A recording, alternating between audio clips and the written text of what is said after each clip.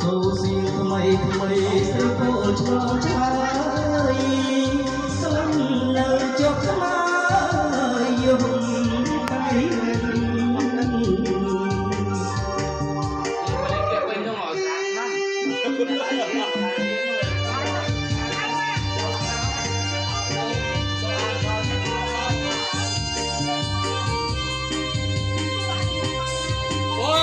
ដល់ពូនគូវាឡងណាยังមានតែជឿនទេដល់ពូនគុំភ័ក្រឡត់សរងជូននេះទៀតជឿនណាណយខ្ញុំរកជូនណាឥឡូវចុកតាមខ្ញុំជូននេះទៀតជូនបានតែជូនណាទៅខ្ញុំជូនបានជូនទៅទៅចេះធម្មតារឿងស្នេហ៍ពិតកងវ